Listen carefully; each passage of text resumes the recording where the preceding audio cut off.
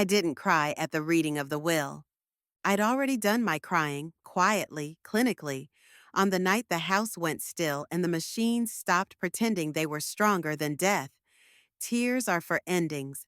The reading of a will is a beginning, and beginnings deserve clean hands. We sat in my father's study beneath the oil portrait he never liked, the one the board insisted on commissioning after the acquisition in 2009. It made him look softer than he was. He'd have loathed that. Nathan took the leather chair that faced the window, the chair our father sat in when he told men twice his size that the numbers didn't care how they felt. Elise crossed her legs in a way that drew attention without looking like it tried to. I stood. I always stood in that room. It kept me from forgetting I was working. The attorney, Mr. Dwyer, untied the red ribbon and slid the document from its folder like he was delivering a verdict instead of reading one.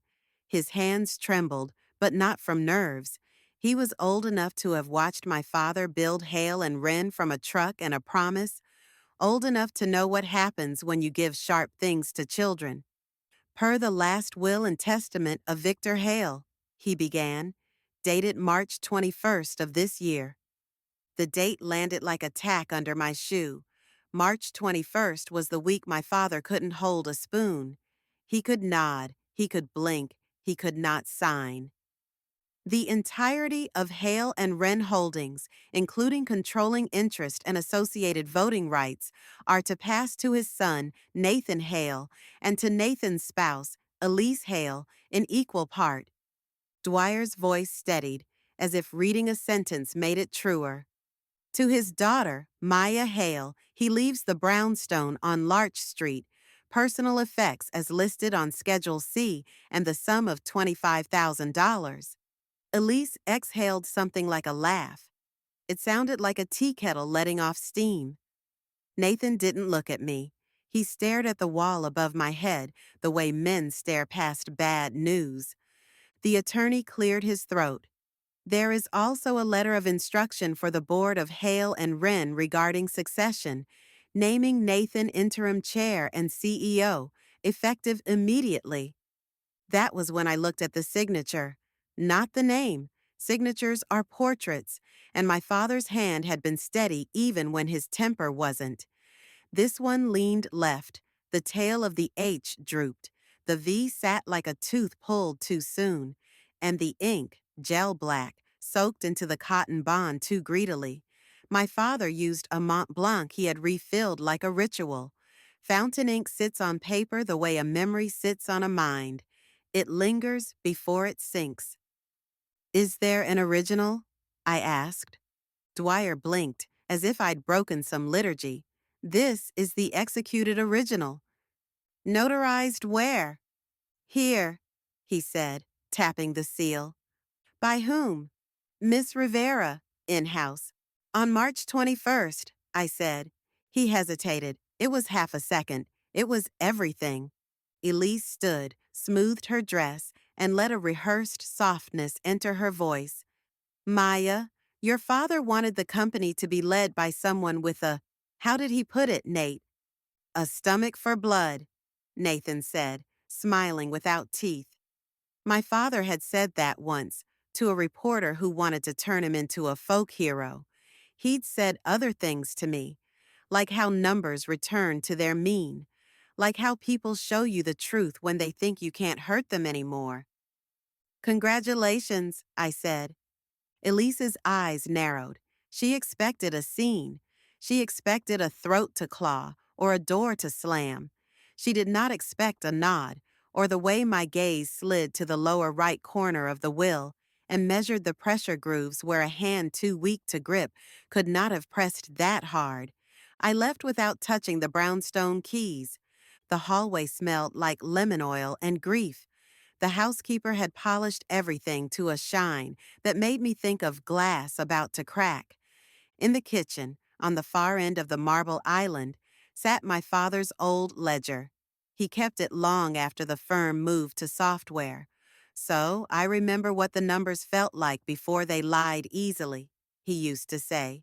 He had written 3 lines in a tight, controlled hand the day before he stopped writing. March 10th, Halcyon Covenant, recheck amortization. March 13th, Carter note, call back. March 18th, don't let Nathan sell the building. The ledger didn't mention a will. I took the ledger and the Mont Blanc from his cup and slipped them into my bag. When I turned, Elise was in the doorway, smiling the way polite women smile at funerals they're relieved to leave. You've always been sentimental, she said. Only about things that matter, I said. Her smile thinned. It was your father's decision. He made a lot of decisions, I said. Some stuck. She stepped closer. The scent of lilac and something metallic threaded the air. You've worked hard, Maya, in your way, but the company needs a public face, a family. Nathan and I are a family, I said. I remember. She blinked. What does that mean? It means I'll see you at the board meeting. We'll send you an invite. You'll send me a link, I said. The bylaws prohibit non-directors from closed session. Of course, she said, eyes bright. We wouldn't want you in the way. I brushed past her. The house swallowed the sound of my footsteps like it was tired of choosing sides. Outside, the sky looked clean, like a sheet pulled tight over a body you're not ready to stop seeing as alive. I sat in my car and held the Mont Blanc in my palm, the way you hold a small truth you're not ready to say out loud. I didn't start the engine. I let the quiet tell me things I'd been too dutiful to hear. My father did not sign that will. Someone else signed it for him, or forced his hand while the drugs made it easy to pretend his mind consented. Either way, it was a story with a neat ending. I have never trusted neat endings. I drove to the brownstone I didn't want and let myself in with a key that wasn't mine yet. Dust admired the light. The rooms were too perfect, staged for a photograph, not a life. I set the ledger on the dining table and opened it to the first page. To the date he incorporated Hale and Wren with $7,000 and a truck held together by twine and prayer. Next to the entry, in the margin, he'd written in pencil, "Promise her more than stories." I had kept that promise for 10 years. While Nathan collected titles and posted about visionary leadership, I'd walked the yards in steel-toed boots, counted pallets, listened to foremen who knew which vendors shaved 1/4% off their honesty when no one checked. I sat with procurement and ran scenarios on margins until midnight. I watched men's eyes when they talked about my father, who was allowed to be fallible and feared because he was a man, and then when they talked about me, who was required to be perfect to be permitted. I did not sleep. I made lists. I made plans. And somewhere between my 7th and 8th cup of coffee, I made a decision that felt like ice sliding into a vein. I wouldn't contest the will. I would not throw myself into court to prove forgery and consciousness and undue influence while they painted me hysterical. Court is theater, and I have no patience for shows where the ending depends on who claps. Instead, I would take what they'd taken and lay it on the table piece by piece until everyone could see it was never theirs to begin with. Not with noise, with silence. I started with time. On March 21st, when the will was allegedly executed, my father lay in a room that hummed with machines and whispered with nurses' shoes. There were logs. There were visitors. There was morphine. There were cameras in the hallway for liability, and Ms. Rivera, if she'd notarized anything, had an office 50 minutes away and a husband who posted photographs of every lunch he ate. People make time visible when they're careless. I would follow his meals to the minute. I called the hospice and requested copies of the visitor logs under my power of attorney, which, unlike other things, existed. They emailed them within the hour. The 21st showed 2 names, mine at dawn and Dr. Patel at 2:10 p.m. No Ms. Rivera, no Mr. Dwyer, No one with a seal. I printed the log and slid it under the ledger's ribbon. Then I called the building where Dwyer kept his office. It was one of ours, and men who own buildings know every idle hour their elevators spend motionless. The maintenance chief pulled up camera timestamps like a conjurer. Mr. Dwyer had entered at 9:13 a.m. and left at 11:47 a.m. Ms. Rivera had not been in the building at all that day. When you tug on a thread, the fabric tells you how honest it is. This one started coming apart in my hands. In the afternoon, I drove to the notary office listed on the seal. A young man with an apologetic beard told me Ms. Rivera was out sick that week in March. I asked for a letter on letterhead confirming her absence. He obliged, cheerful in the fussy way of people who like to be useful, without understanding to whom. I bought him coffee I did not need to buy. People remember kindness better than questions. On the way back, I stopped at the print shop our legal team used for bound documents and asked whether they had printed a will on March 20th or 21st for Dwyer's firm. The clerk, a woman in her 50s with ink under her nails and no patience for men who assumed ink came off, checked the log. March 19th, she said. 2 copies, picked up by an assistant with a name I knew, Elise's cousin. I asked her to print the invoice again. Our records are a mess, I said, and smiled like I lived in a world where records simply lost themselves. At home, I lined the papers across the dining table and used thread to map the times like crime writers do in shows about men who don't plan as well as they think they do.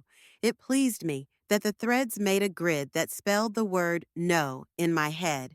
No meeting, no notary, no father with a hand that could sign his name without his daughter seeing.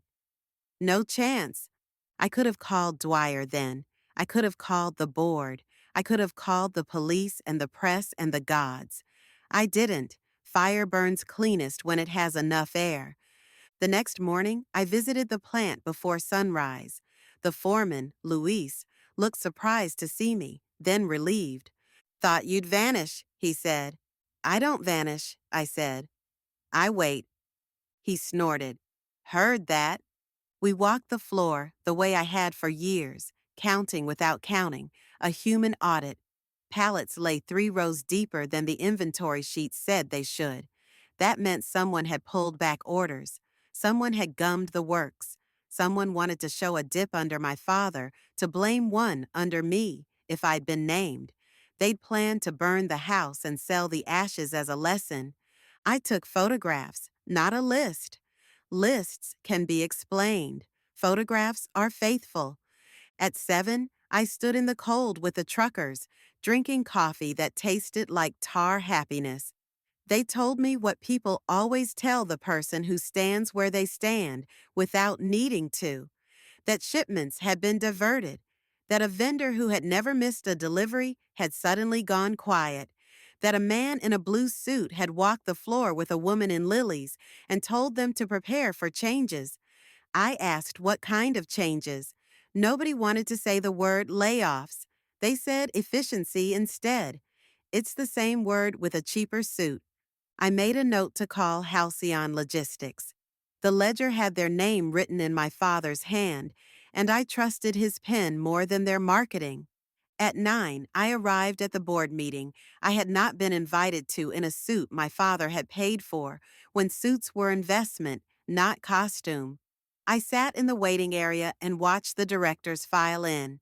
Men who had eaten his food and taken his calls and measured their worth in the inches of his shadow. When Nathan walked past, he did it with Elise at his shoulder, like a monarch with an icon. He gave me a smile that apologized in public while gloating in private. He thought I'd make a scene and he'd be calm. He thought that would look like leadership. Break a leg, I said. He blinked, uncertain. Elise tilted her head, the way women do when they think feigning confusion is softer than saying no.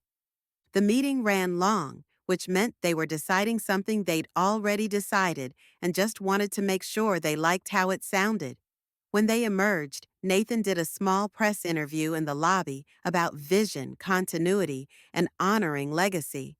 I kept my face bland. Cameras love women who break in lobbies. They are bored by women who leave with a file they never saw. That night, I visited the brownstone again and opened the safe behind the painting he hated. My father kept redundancies. He believed in the cloud because it freed servers to do the work of machines. But he believed more in paper because paper shames men who misremember. In the safe was a copy of his previous will, dated the year before, the year he still argued with the board and called me at midnight to ask for the real numbers without the frosting. It named me executor of his estate and left the company's controlling interest to a trust with me as trustee and Nathan as beneficiary, only if he met covenants. 3 full fiscal years in operations, one on the plant floor, no debt assumed in his own name beyond a mortgage, and a clause that read, my father's humor, must learn what a pallet jack is and how to move one without looking like a tourist. The trust was revoked in the new document, the one with the flaccid H and the hungry ink. I stared at the clause until my eyes stung. It wasn't the loss. It was the insult of thinking I would not notice the difference between a sentence my father would write and the kind Elise would dictate. I took photographs. I took the whole binder. I wrote a note and left it in the safe in its place. Paper remembers. E.M. On the way home, I called Dr. Patel. He had been my father's physician for 15 years, and he did not suffer fools or friends who pretended. I asked him, on speaker with the voice recorder on, whether my father could have executed legal documents on March 21st without extraordinary accommodation.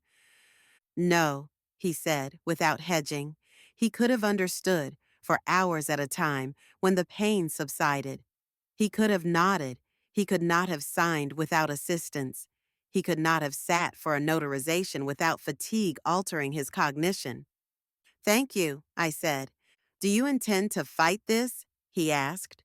Yes, I said, but not the way they expect. He was quiet.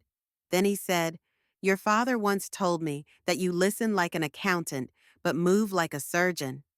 That frightened him. It shouldn't have, I said. Surgeons save lives. And accountants? Save companies from men who think they own them. I hung up. The night outside my windshield looked clean and cold and useful. At home, I lined up the evidence the way men line up bottles they don't need anymore and opened my laptop. I wrote 3 emails. The first to Halcyon Logistics, requesting a copy of our contract addendum signed in late March and any correspondence related to renegotiation of delivery schedules. I copied our compliance officer. I added one sentence at the end. As a reminder, Section 9B prohibits modification following a change of control event. There had been no change of control, legally. The sentence would make the right people pause. The second to our bank representative, asking for a review of covenant compliance given the upcoming quarterly. I phrased it the way my father taught me, not as a warning, but as a favor. People do more and feel better when they think they're helping you avoid a problem rather than catching you making one.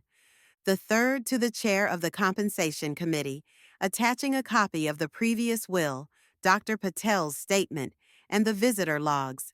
I did not accuse. I asked a question that sounds harmless. Before the public announcement of leadership transition, did counsel confirm validity of the March 21st execution given medical status? The question would breed other questions. Questions asked in the right hands are termites. I sent none of the emails. I left them in drafts and went to bed. At dawn, I read them again. Then I pressed send. Around noon, Dwyer called. He sounded like a man who had slept badly and blamed the mattress. Maya, he began, familiar as a man who just misplaced his ethics. We should talk about your concerns. I didn't express any, I said. I asked a question. It could be damaging given the circumstances. Truth is resilient, I said. It heals fast. He exhaled. Your father wanted? My father is dead, I said. What he wanted is written in a will you do not hold. A long silence. Then, we'll be in touch. I returned the Mont Blanc to the cup on my desk, knowing I wouldn't use it until this ended. Tools carry memory. I didn't want to stain the nib. In the afternoon, I received a polite, alarmed email from the bank acknowledging my inquiry and requesting a call. I did not schedule it.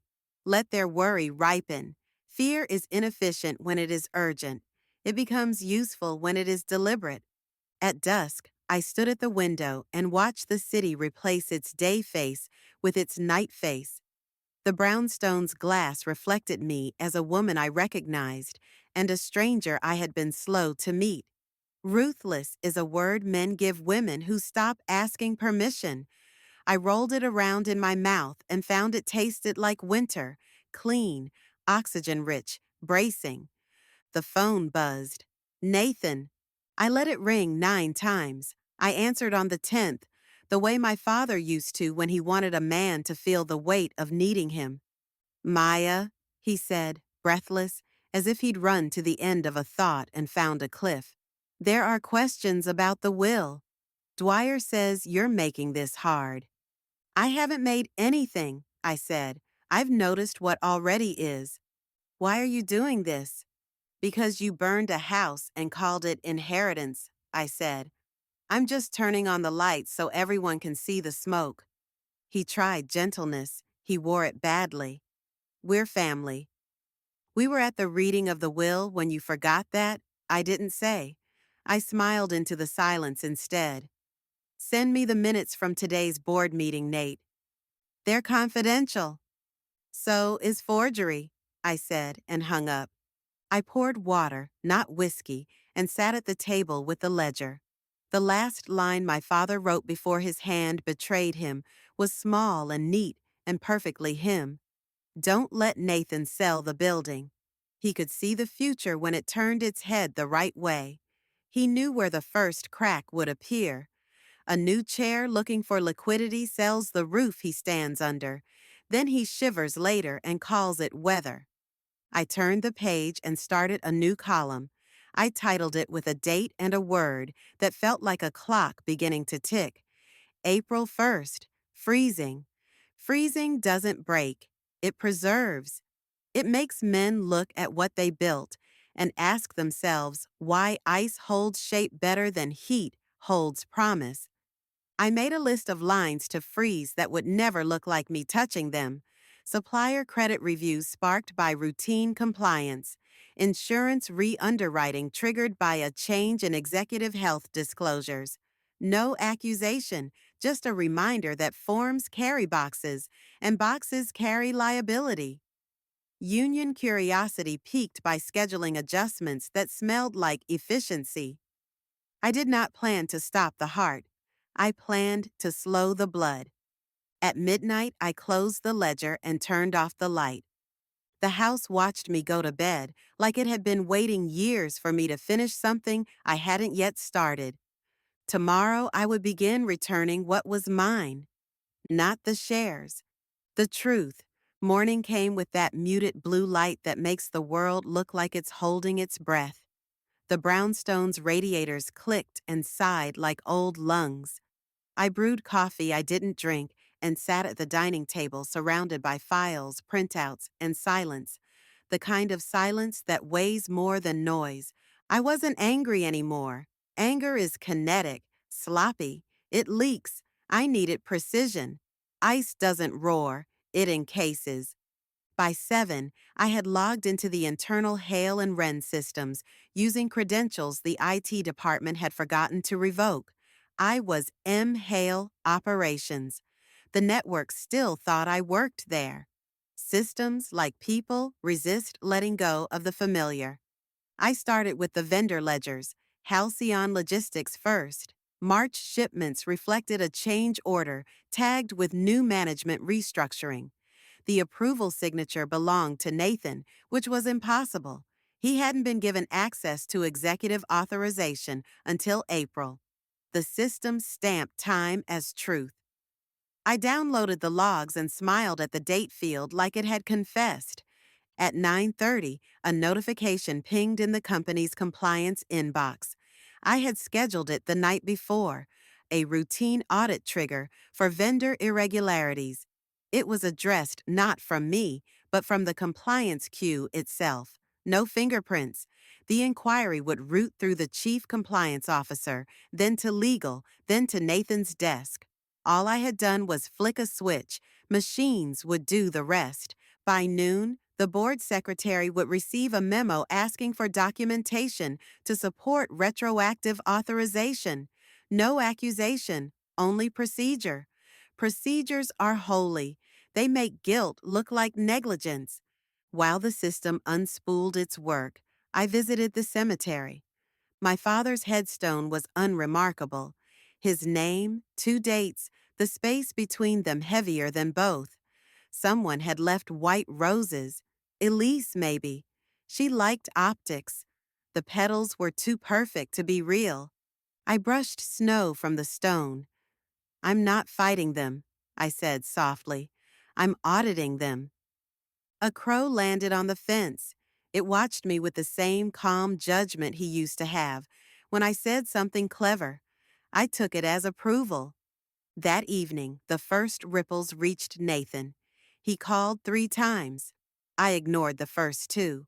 On the third, I answered while stirring lentils, my voice neutral. Maya, did you contact compliance? No. They're requesting documentation from me. They do that. Not like this. I wouldn't know, I said, tasting the broth. You're playing games. Games have rules, I said. This is math. He exhaled sharply. Stop whatever you're doing before you make it worse. Worse, I repeated softly, like it was a flavor.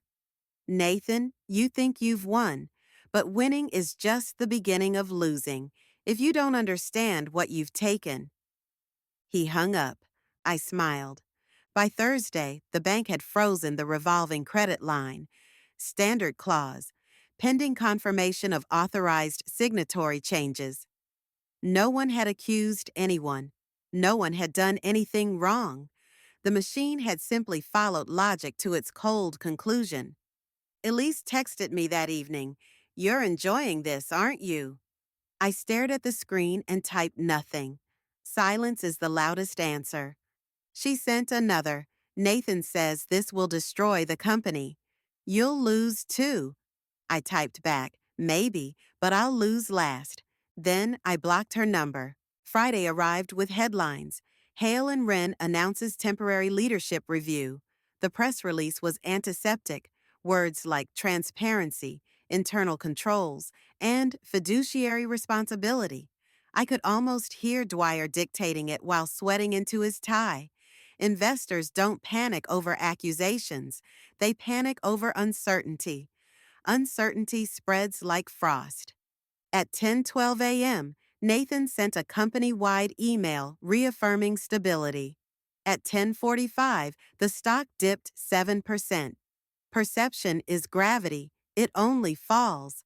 I drove to the river that night, parked where the city lights turned the water silver, and watched ice floes bump each other like tired ghosts. The air bit my face. I thought of my father's hands, calloused from years of real work before the suits. Before Elise, I thought of the Mont Blanc waiting on my desk. Tools, remember. When I returned home, an envelope waited in my mailbox, couriered, not mailed. Inside, a cease and desist from Dwyer's firm, alleging interference in corporate operations. I laughed out loud. Paper threats always arrived right before real fear set in. I drafted my response on letterhead that still bore the company crest. One sentence. Please provide documentation of my alleged employment status, termination date, and access revocation prior to issuing further demands. They couldn't. They'd never filed it. The system still thought I was operations. Bureaucracy cuts slow, but deep. Saturday morning, I visited the plant again. The men were quieter. Rumors moved faster than forklifts. Luis met me by the loading dock. People are nervous, he said. They should be. He studied me. You're really doing it. I'm correcting arithmetic. What happens when they figure out it's you? They won't, I said. They'll blame each other first. He nodded, not approving but understanding. Your dad would have hated this. He'd have started it sooner. By Sunday, Elise tried her own approach. She showed up at my door, dressed in contrition, jeans, no makeup, voice trembling just enough. Maya, can we talk? You already have Nathan for that. I mean, privately. This has gone too far. It's barely started. You think this is justice? Her tone sharpened. You're destroying your family. No, I said. I'm defining it. She stepped closer. You're cruel. I tilted my head. Cruelty is forcing a dying man's hand onto a page so you could pose with a company you never built. Her lips parted. You can't prove that. I don't have to, I said. You already did. The color drained from her face. She understood then. Proof wasn't the weapon. The process was. That week, 3 directors resigned for personal reasons. The bank demanded audited statements. Vendors froze shipments pending verification. Nathan's press photo disappeared from the website.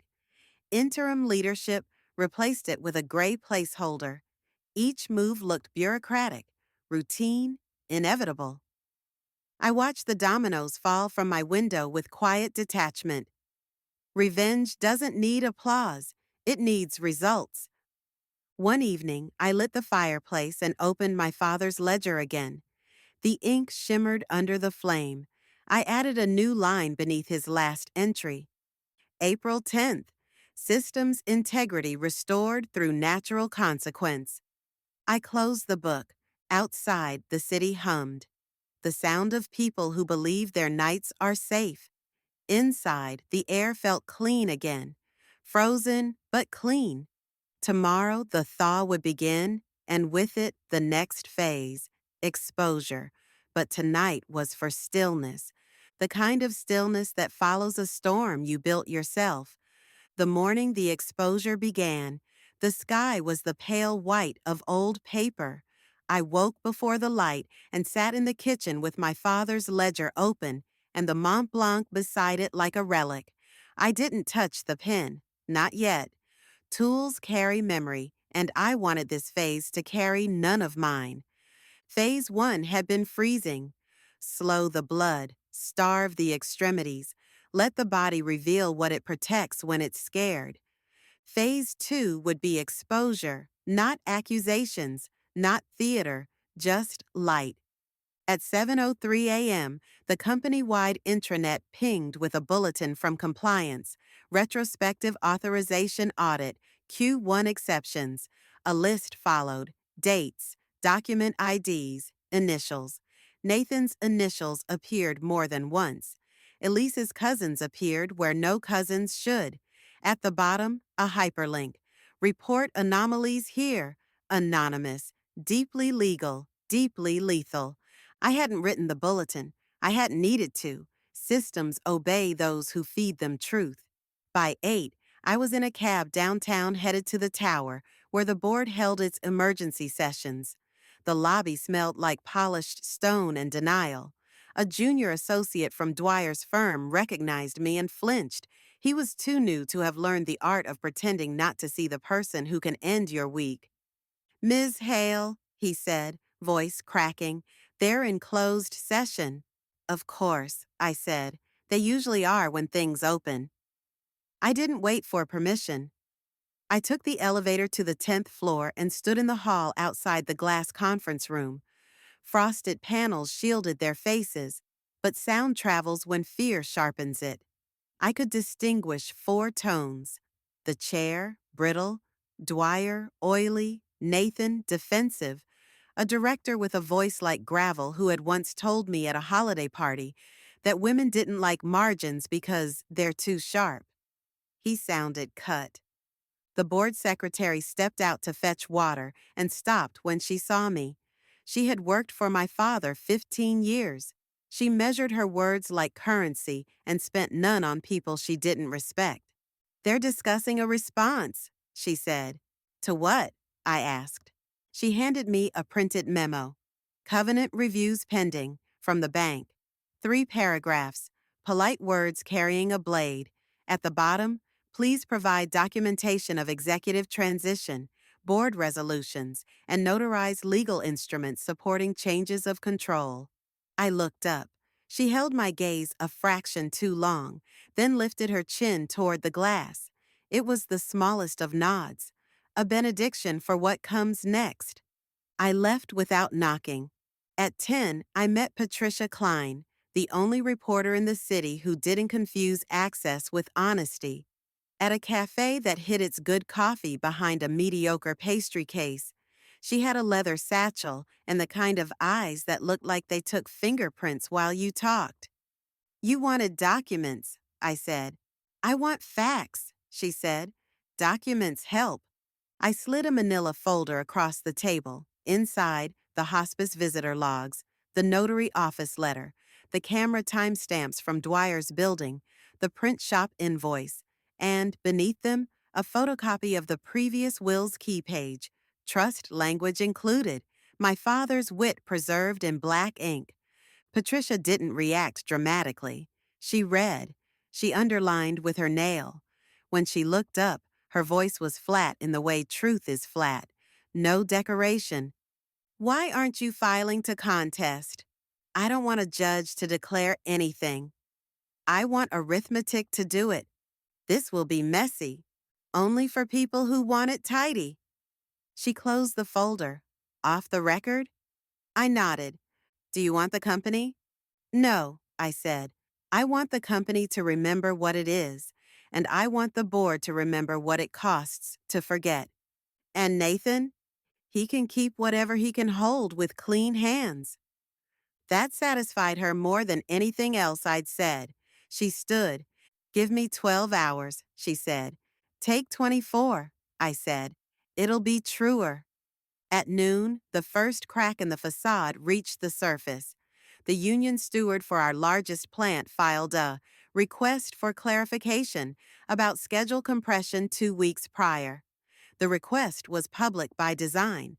Clarifications embarrass men who prefer orders.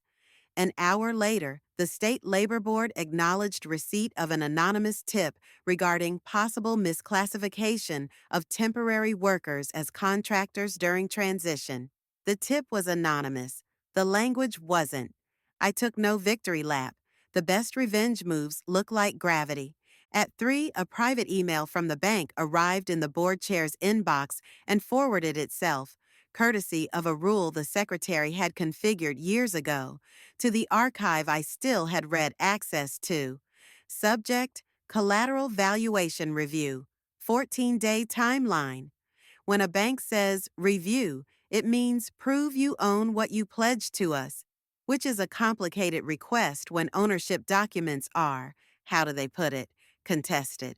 By 5, Nathan issued an internal memo about temporary belt tightening. People read belt and hear throat. I lit my father's fireplace in the brownstone, made tea I would not finish, and watched flame treat ash like an old friend. My phone buzzed twice, a text from Luis, "Hearing rumors, you okay?" and a call from an unknown number that I didn't answer. The voicemail was Elise. I didn't delete it. I didn't listen either. Some sounds help no one. The next morning, my doorbell rang at 6:40 a.m. I opened it to find Nathan in a suit he hadn't slept in, but had definitely stopped believing in. He carried a folder and a look people wear when they remember they can still knock. "5 minutes," he said. "3," I said. He entered without permission, stared at my father's ledger on the table like it might lunge. He set down his folder. The top document was a statement of continued fiduciary fitness. Directors use them when they need to convince investors that a thing no longer structurally sound is at least recently painted. I need you to stop, he said. What am I doing? He faltered. Whatever this is. You mean asking the bank to follow its own covenants? He swallowed. You're gonna collapse us. You did that on March 21st, I said. He looked at the ledger again, then at me. He wanted me to lead.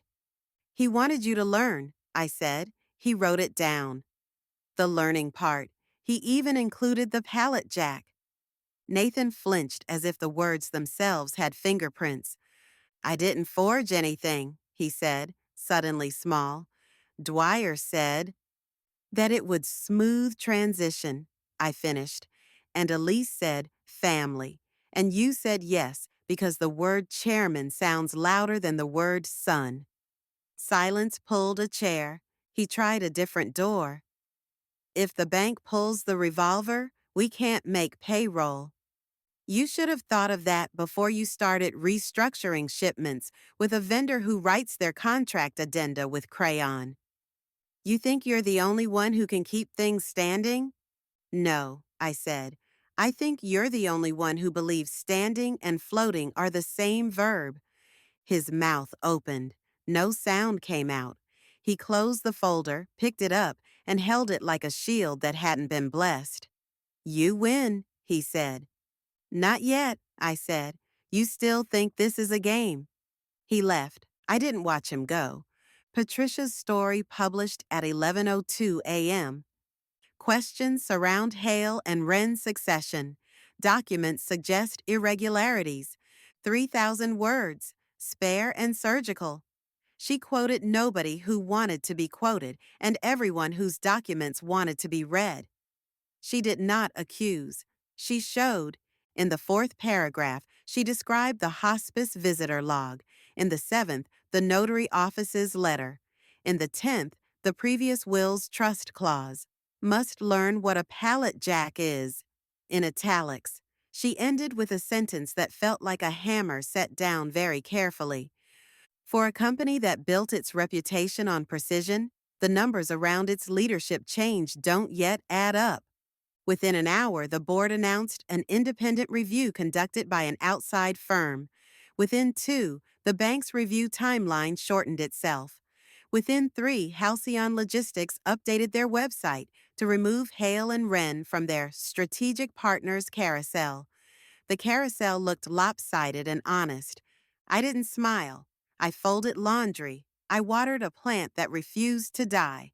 I walked to the corner for milk and bought it in cash, as if dignity required exact change. By evening, a different phone number called. Dr. Patel. They asked me for a statement, he said. And? I sent them the same one I gave you. Thank you. You're not sleeping, he said. Physician by habit even in war. I'm resting between movements. Movements? It's a symphony, I said. They mistook it for a march. He chuckled, then grew quiet. He would be proud. Of the method, I said, not the necessity. 2 directors asked to meet informally the next day. We sat in a hotel bar at noon, which makes people feel like they're confessing to something small instead of negotiating something large. The older one, gravel voice, ordered seltzer. The younger drank coffee like apology. We need a path, the older said. The bank is nervous and the street likes a throat. Paths are for hikers, I said. You need a ledger.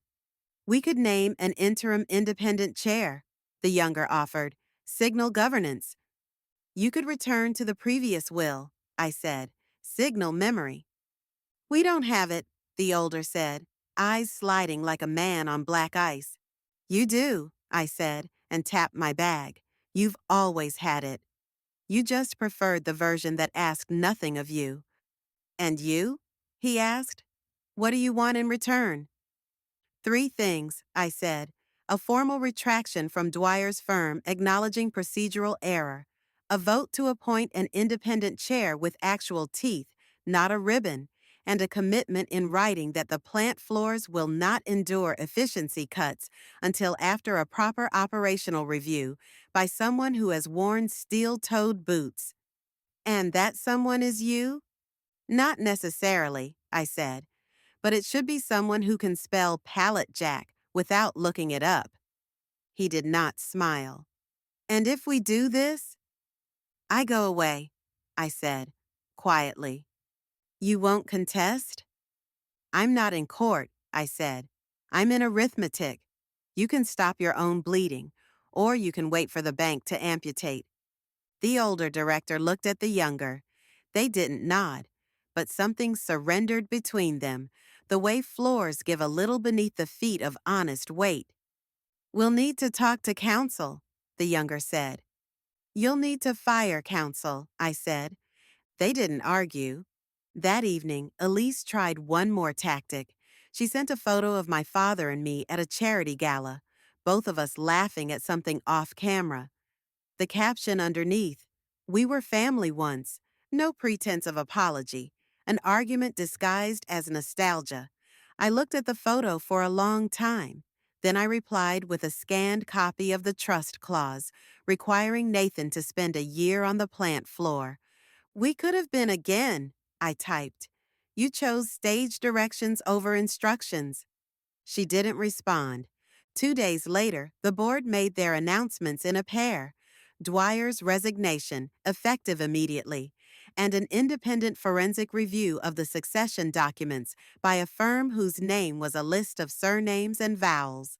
They named an interim independent chair, Ms. Byrne, who had once broken a mid-cap into 3 parts to save it from itself.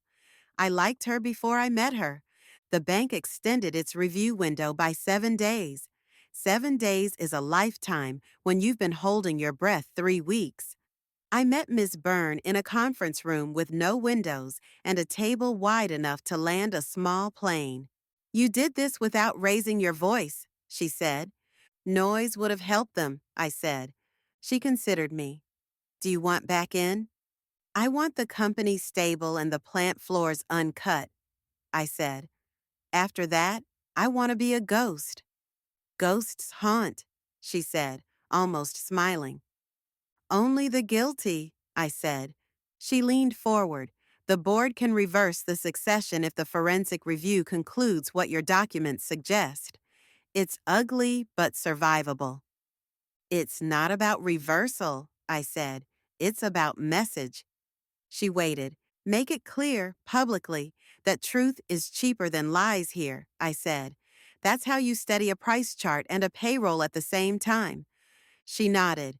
You'll get your 3 things, she said, but there will be blood. There always is, I said. This time it won't be the workers. Patricia's second piece landed the next morning. Shorter, sharper. Hale and Wren to undergo forensic review. Counsel resigns. No adjectives, just verbs. Investors prefer verbs. Nathan called at dawn. I let it go to voicemail. He called again at noon. I answered. It's over, he said, voice flat. No, I said. It's corrected. He was quiet. I could hear traffic. I pictured him on a sidewalk, suddenly aware of his own 2 feet. Do you hate me? He asked, and it was so boyish I had to close my eyes. I don't waste verbs on hate, I said. I spend them on instructions. He swallowed. What now? You show up at the plant at 5 a.m. tomorrow, I said. You ask Luis to teach you the floor. You don't talk about vision. You listen to why shipments stall when someone massages a contract, and you learn to move a pallet jack without looking like a tourist. He exhaled a laugh that hurt. He'll hate me? He'll respect you if you sweat. And you? He asked. I'll stop, I said, if you start. He didn't say thank you. He said, okay. It was more valuable. I spent that evening alone in the brownstone, the ledger open, the fire steady. I pulled the Mont Blanc from its cup, inked it carefully, and wrote one line beneath my father's last. May 2nd, exposure complete. Systems can warm without melting. I capped the pen and set it down. My hand didn't shake. Outside, the city exhaled. Inside, I let myself breathe with it. Tomorrow, the forensic firm would begin its work. The board would posture, the bank would posture, and men who bluffed for a living would learn how much cheaper truth tastes when you swallow it fast. There would be more noise. There might be a courtroom later. I didn't care. The story I needed told had already been published, not in a paper, on a ledger, and in the quiet way numbers align when you let them. I turned off the light and went to bed knowing one last phase remained. Not vengeance, settlement. Not the kind you file, the kind you live. It would start at 5 a.m. on a plant floor that smelled like oil and work, with a man who didn't yet know how to hold a pallet jack. Balance is not a verdict, it's a practice. I slept well. Dawn came without ceremony, no thunder, no applause, just light edging over the rooftops, steady and patient, the same way truth arrives after you stop begging it to. I was already awake when the knock came, not urgent, not hesitant, professional, the kind of knock from someone who's learned that power doesn't have to raise its hand. When I opened the door, Miss Byrne stood there in her slate gray coat, the kind of wool that never wrinkles and always wins. "May I?" she asked. She didn't wait for the answer. She never would. She set a folder on my table, thin but heavier than most verdicts. "The forensic review is complete. I didn't touch it.